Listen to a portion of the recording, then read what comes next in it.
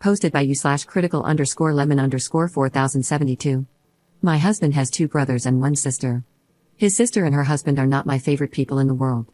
Recently, they, along with their 8 children, have been couch surfing because they lost their home, a long story that could have been avoided if they had acted like adults. First, they stayed with my in-laws, but my in-laws used the excuse that my father-in-law has diabetes to get rid of them and their rowdy children. Next was his older brother and his wife. They had 2 spare rooms since 2 of their older children moved out a year ago, and they only have the 6-year-old and their 13-year-old twins at home. After 3 weeks, they had to move out due to a planned refurbishment. They were happy with them, as they were generally tidy and helped out around the house. The youngest brother was the next to take them in. While my sister-in-law was there, she helped out around the house and kept her children under control. The youngest brother's wife is very house-proud, and she allowed them to stay for a limited time only, as they recently had a baby and her mother will be staying with them to help out for the first 6 months.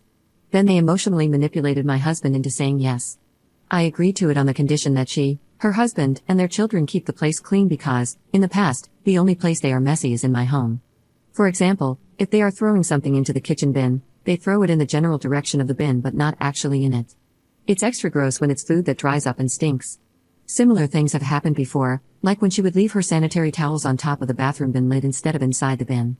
Her oldest daughter recently started her period, so I asked the younger brother's wife how things were in terms of tidiness. She said she had no complaints, they went to bed on time and kept the place clean. However, they were only there for 2 weeks. They are always tidy at the other houses, I know this from experience too. During Christmas and summer holidays, when we stay at each other's places, I've noticed the difference in how they behave at my house compared to the other places. Before they moved in, I made the younger brother and my in-laws witnesses to them agreeing to keep my house as clean as it is and to chip in with chores. If they broke the rules, they would be out immediately. She fussed and denied past wrongdoings but sarcastically said, "As you wish, Your Highness." The first 5 days were smooth sailing. This morning, I found a sanitary towel on top of the bin, not even wrapped properly. But that's not all. Her daughter is staying in my daughter's room, and she made a mess of the shampoo and conditioner in the bathroom. She also left a tampon on the side of the sink, forgetting it from the night before. Her husband leaves early for work, and the kitchen was a mess by the time I got downstairs. I have a curious toddler, and I don't want him picking up a bloodied sanitary towel. I knocked on the guest room and told her to pack her stuff and get out. She looked angry and tried to play innocent, saying it was just some blood and to throw it in the bin if it bothered me so much. I told her no, then picked up her suitcase and started packing their things. At first, she refused to leave, saying she was going to wait for her brother because she doesn't take orders from me. But I reminded her that this house belongs to me too. I dropped her and her youngest kids off at my in-laws. A few hours ago, her husband came back from work, and when I wouldn't let him in, he made a scene. He went to my in-laws, but they don't want them there due to my father-in-law's illness. When my husband returned from work, my in-laws showed up in our driveway with her and her family within 20 minutes. They are still standing outside, squabbling about being let in. I refused to open the door and told my husband that if he backed down, he wouldn't be welcome in our home either. Now, the family thinks I'm the jerk because I've never liked her and am using any excuse to get rid of her. Commenter. Is there any reason why she might be targeting you? Maybe she's jealous of your looks or the closeness you have with your husband. Ops response. I'd say I look average. I'm slightly taller than her at 5 feet 8 inches, while she's 5 feet 6 inches. She's a bit bigger than me, but then again, she's been pregnant 8 times, and I've only had 3 pregnancies. She has medium length, bleach blonde hair, while I've kept my natural red, which is long now, all my life because chemicals irritate my skin and scalp. She looks okay, not supermodel material, but neither am I. She's bossed around all her brothers, not just my husband. My husband used to give in to everyone's whims, but since we got together, he's been doing less and less of that because he wants to spend more time with me and our family. Update 1 day later. Yesterday, my driveway looked like a scene from a Mexican standoff. They were outside discussing the matter while I refused to go out and engage. After 2 hours, yes, 2 whole hours, they finally left. They're currently at my in-laws, but they made a promise to return tomorrow to discuss the matter when everyone is home from work, so we can supposedly find a workable solution. Well, at least that's what my husband relayed to me. When my husband got inside, I told him that I would not have them in my house. I said that if he wanted them there, he could clean up after them, which he did. After cleaning, he asked me why I made him do it. I told him I was just as grossed out by other people's bodily fluids as he was, and unlike him, I wasn't biologically related to them. So, if he found it unpleasant, imagine how awful I felt in the past cleaning up after them. He promised to buy a new bin and bleach the sink 3 times. Our strategy for tomorrow is that under no circumstances will they be coming to live with us. His niece will be made to clean up the bathroom shampoo and conditioner mess. He left that part for her. In the meantime, our daughter can use our shower. We'll see how this turns out tomorrow. Second update 2 days later. Yesterday was a long day at my in-laws. We went early to get it over with. My in-laws started with a guilt trip, mentioning that they would take them in until they found a place, but due to my father-in-law's diabetes, it wouldn't be good for his health. I told them to have their daughter parent her children so they wouldn't run around like monkeys, and then they could stay with them since they have spare bedrooms. That didn't sit well with my sister-in-law. She went on a tirade, claiming that I've always been jealous of her and that I was trying to drive a wedge between her and her brother. I told her she didn't like her own life, so the idea that I was jealous of her was a stretch that required suspending reality. She asked my husband if he was okay with me telling him what to do with his family, pointing out that he always stays out of my family's business. She told him to lay down the law and say that she and her family would stay as long as it took for them to find a new place. My husband wasn't having any of it. He told her that the house was mine just as much as his, and it was a 2 yes 1 no deal. Just because I'm a stay-at-home parent now didn't mean I hadn't contributed to buying the house when I was working. The younger brother and his wife said they couldn't host them either, as his mother-in-law was staying with them due to the baby. The older ones mentioned their ongoing refurbishments. Both the younger and older brothers' wives said I was exaggerating about the cleanliness, claiming she always kept her own house clean and their places clean as well. They told me to suck it up and act like family. I told them I wasn't there to argue about her cleanliness, as I saw what I saw and her brother was a witness who had to clean it up. He confirmed that he did and that I wasn't making it up. My sister-in-law then slipped up and asked her brother, "Why did you clean it up?" Because, according to her, I was supposed to clean it up. Either she's the dumbest person alive for admitting that, or she knows she has the whole family wrapped around her finger. Either way, I made it clear that she wasn't staying with me. Since she gets along much better with everyone else in the family, they can figure out a solution among themselves. My husband told his niece that she was old enough to clean up the remaining mess, but she refused. Her father stepped in and said, "She's your niece, but my daughter, don't you dare tell her what to do." Things got heated between them, so they both had to walk it off.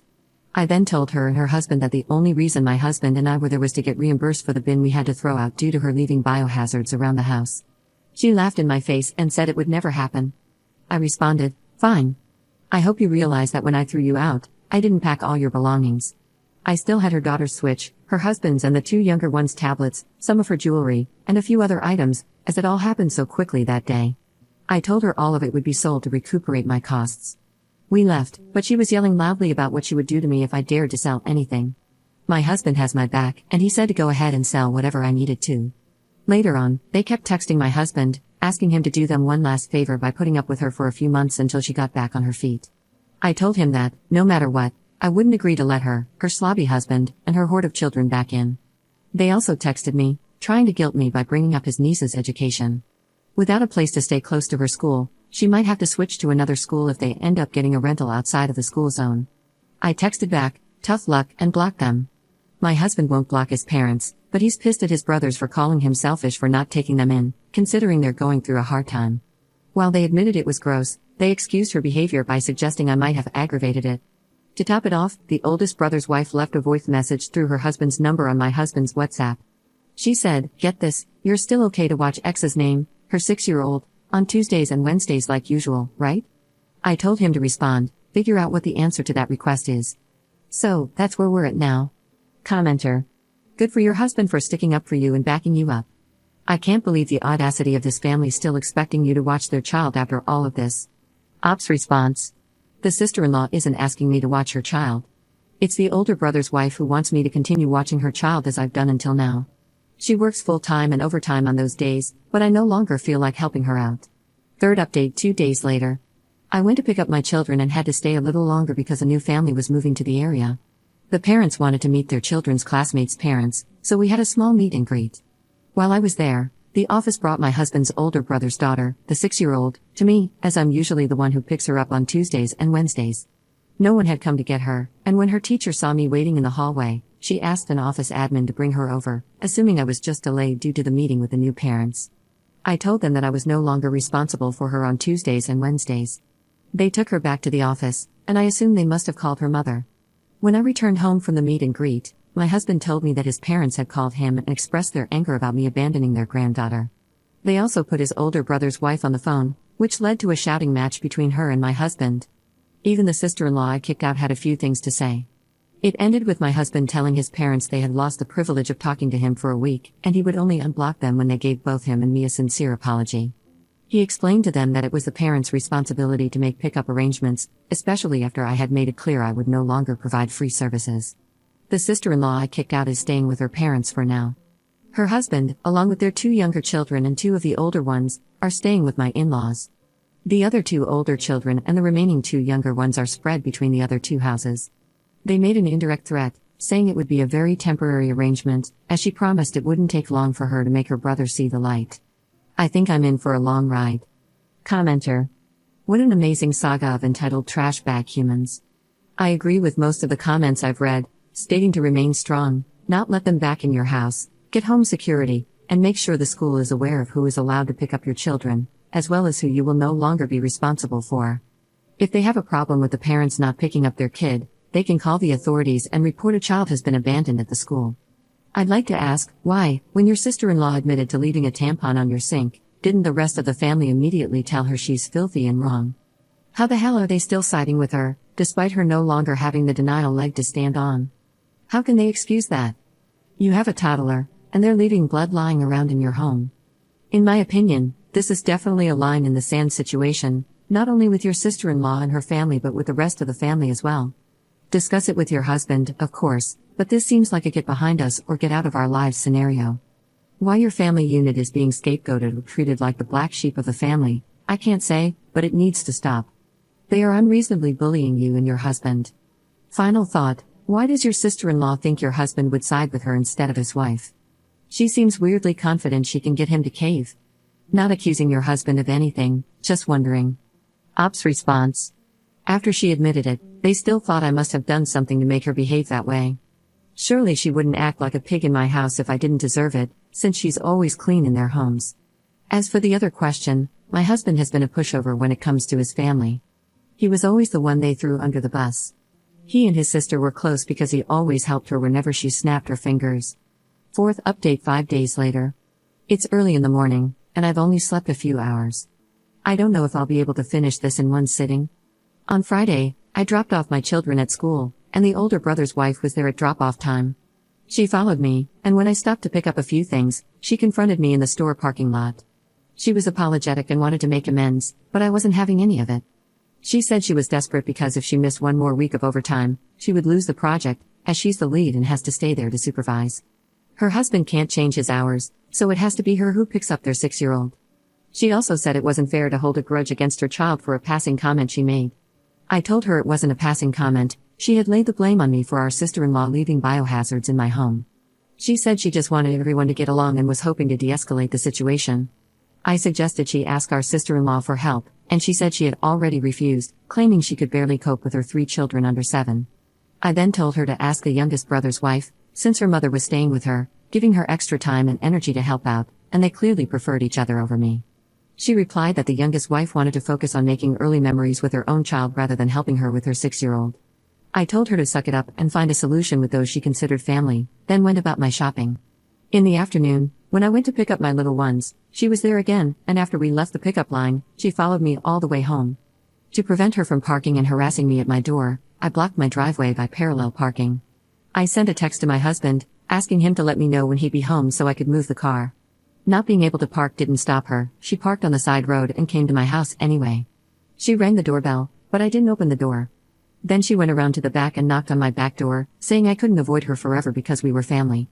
I spoke to her through the window, as I didn't want her pushing her way inside if I opened the door, and told her to leave or I'd call the police for harassment. She finally left. In the evening, someone rang the doorbell, and when I opened it, it was my mother and father-in-law. They said they wanted to come inside to apologize, so I let them in. They started by explaining how much the events of the last few days had affected them, then they said, sorry, and asked me to get back to normal. My mother-in-law added that sometimes you have to put up with some negativity from family, as life has its ups and downs and everything can't always be roses and rainbows. My husband stopped his mother and asked, then why do Op and I have to be the only ones on the receiving end of the negativity? When are you going to hold my sister and the others accountable for their behavior? They tried to guilt-trip me into helping with the 6-year-old, reminding me that her mother and I had previously been on good terms.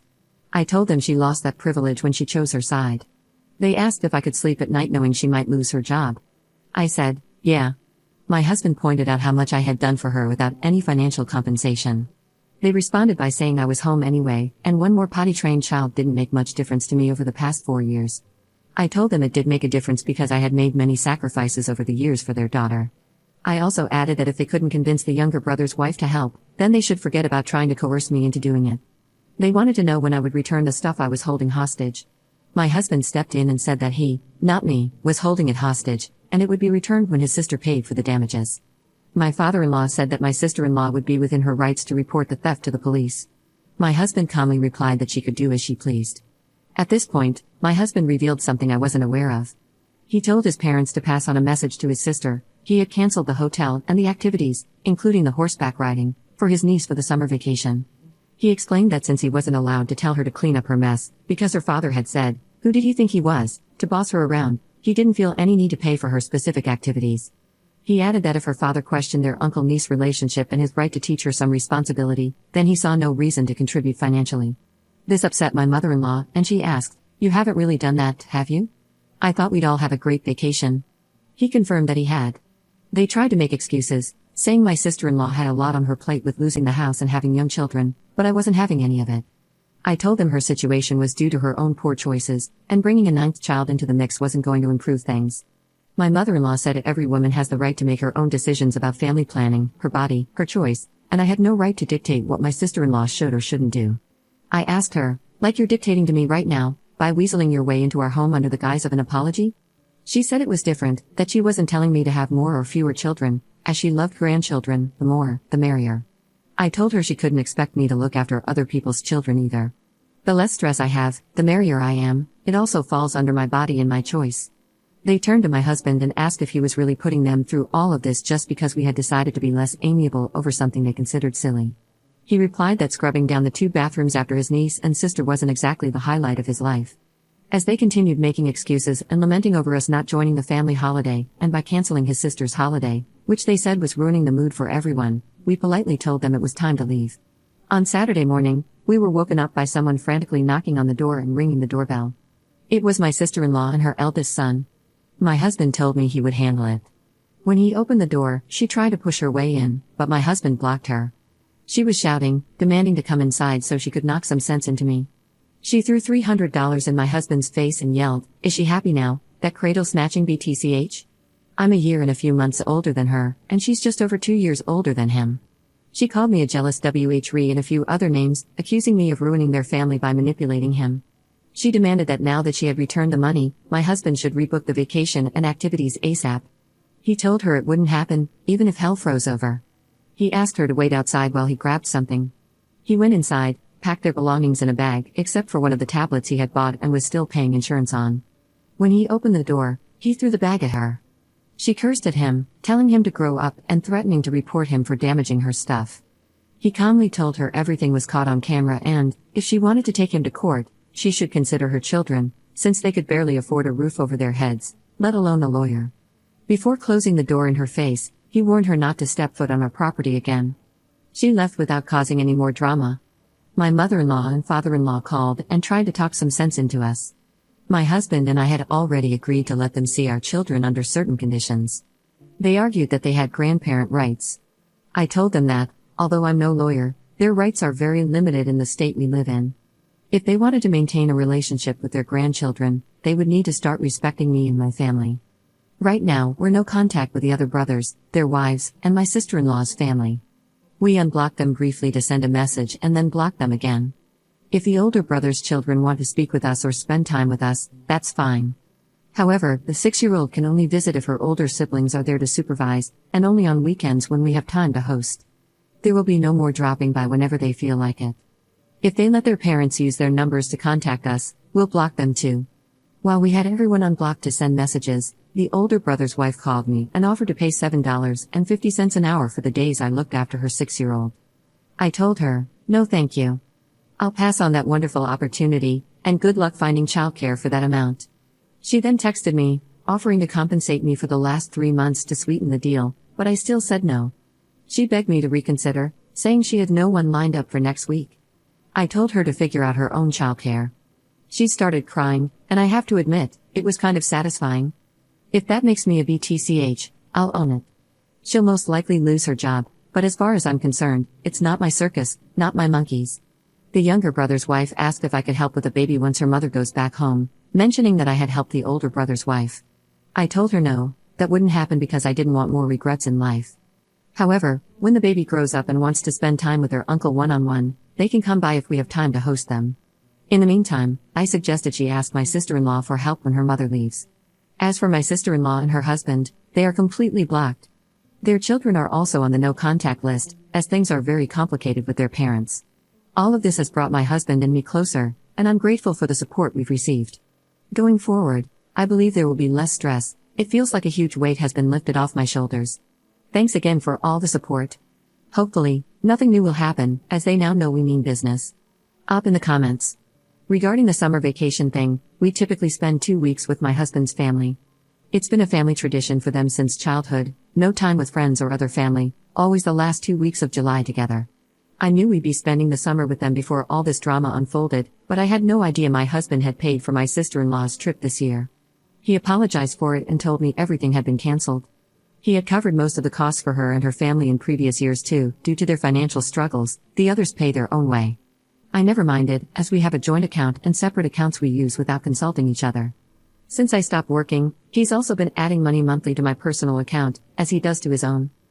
He expressed regret for being so generous with them and apologized again for not telling me earlier. He showed me proof that he canceled the vacation on the same day at Ekterdraut, but with all the chaos, he had forgotten to mention it. Needless to say, we're creating our own holiday traditions moving forward.